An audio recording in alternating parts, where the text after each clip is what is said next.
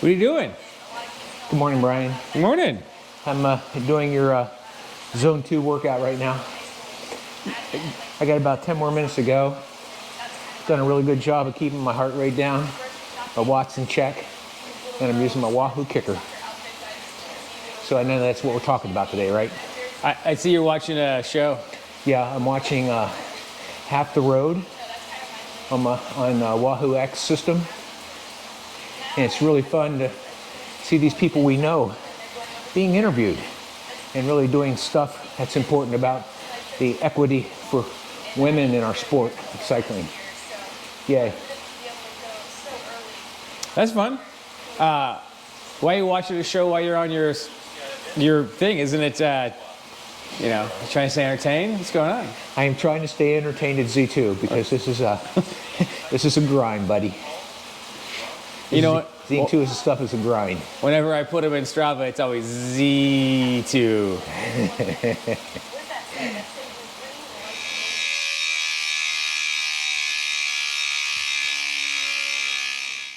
Hi y'all, welcome back to the channel. John here and Brian. So I just finished my Zone 2 workout. Yeah, you didn't have to end just because I showed up? Yeah, I was at the end of my rope on that one. So Brian, why is this Zone 2 thing so important? And what motivated you to want to make a video about this? Yeah, I mean, I'm definitely not the first person to ever talk about Zone 2 on YouTube. So the short is, I spent a month doing Zone 2. Again, not the first person to do that. But I had the idea to do that because everybody's been talking about Zone 2. When I was looking at all my Strava data, I never spent any time there. Wow. Hey, so what was your experience like? It was harder than I expected. My Zone 2 wasn't where the equations say it is based on heart rate. Basically, for the first 3 weeks of my month, after about an hour, I couldn't ride slow enough to stay in Zone 2. Wow. So what kind of improvements do you think you've seen in your overall fitness level and your cycling abilities? Yeah, well, I'm a cheapskate, so I don't have a whole lot of tech. So I don't have like power numbers, and I haven't done an FTP test on a smart trainer or anything. But what I have noticed is that I can now stay in Zone 2 at a reasonable speed for up to 2 hours. Also, if I'm looking at my Strava data since my month of Zone 2, fastest 40K, fastest 50K, fastest 60K, and fastest 70K are all since I did a month of Zone 2. Wow. Okay, so you just talked about some of the improvements you saw. What do you think the limitations are about this Zone 2 workout stuff? Because there's some chatter out there in the interweb like, gosh, you shouldn't spend all your time in Zone 2. You need to have some higher intensity workouts. Yeah, so for me, so far, I haven't seen any downsides to Zone 2, but I think it's because I have a pretty underdeveloped Zone 2. Mm-hmm. Give me a couple more months of focusing on Zone 2, and I think that my sprint would probably drop, my peak power would probably drop, because I'm not really working out the strength of my legs. You're not working on those systems inside your body. Right. Okay, good point. Hey, so with all the chatter out there about Zone 2, what advice would you give to anybody considering one of these workout plans that, kind of focuses on it? And, let me rewind back to that first question.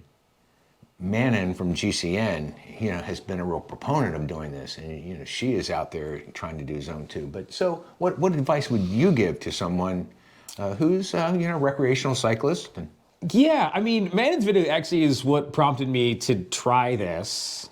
And I think the advice I have, because she knows more about cycling than I do. The advice that I have is not only do you not need a heart rate monitor or a power meter or to go to a sports scientist and have your zones clearly mapped out based off of your exhaust gases, so to speak, and your blood lactate levels. In my experience, those things will get in your way if you're like me with an underdeveloped Zone 2. And the reason for that is my Zone 2 is much lower than what my Garmin thinks it is. Mm-hmm. And so when I'm riding at the high end of what my Garmin thinks is Zone 2, I'm actually out of Zone 2. I base that solely off of my breathing. And so this is my advice. Your heart rate monitor, your power meter, all that stuff, that gets in your way because the only thing you should be paying attention to is your breathing. So the nose knows, as they say. Go on a ride, keep your mouth closed, breathe through your nose, and ride as hard as you can without having to breathe through your mouth. And that's your zone 2. And until that matches what your heart rate monitor says, you are not really mapping it. The other thing that I can see getting in the way is if you do go to that sports scientist and you get your blood lactate levels measured and all that stuff, you're gonna get the right zone 2. That's exactly where science says it is. But that number is gonna change in like 6 weeks, assuming you're due. Correct. So then you gotta go back and redo it.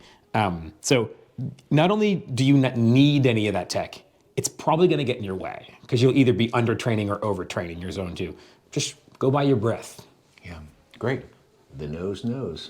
Well, cool, folks. I hope you found this little conversation meaningful. And if you did, make sure you do all that standard YouTube stuff like, subscribe, notify, breathe through your nose. And Drop a comment down below if you are tired of hearing about Zone 2 on YouTube, if you have questions, what your experience with it is. This is not the first time I've tried to make this video and they end up being like 20 minutes long. If you want us to talk more about this, we can do that. Yep. But this video is getting long as it is, so go out and ride. Have fun. Keep the rubber side down. Bye, y'all.